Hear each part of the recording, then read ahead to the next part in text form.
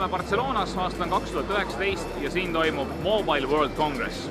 Esimese asjana me tulime Samsungi boothi. See on täis uut tehnoloogiat ja eelmine nädal välja tulnud S-seerias oli ka üks põnev seade. Selle seadme nimi oli S10 5G. Veel müügile teda ei tule, küll aga ta on täna siin meil täiesti näha.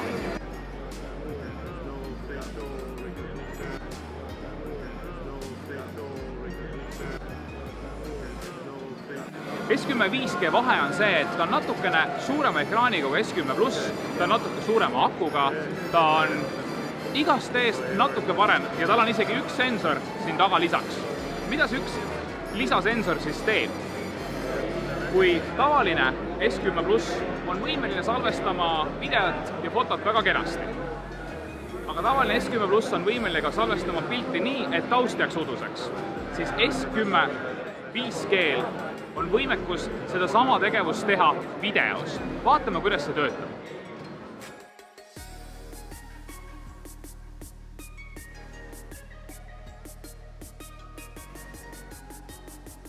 Selle aastase Mobile World Congressi üks põhilisi asju on 5G, aga me oleme siin tegelikult Ammi toimetuses pikalt arutanud, mis selle 5G tegelik mõte on. See, et sul on kogu aeg taskus meeletud kiirused. Nüüd me hakkame vaikselt aru saama. Siin on üks väga hea live demo.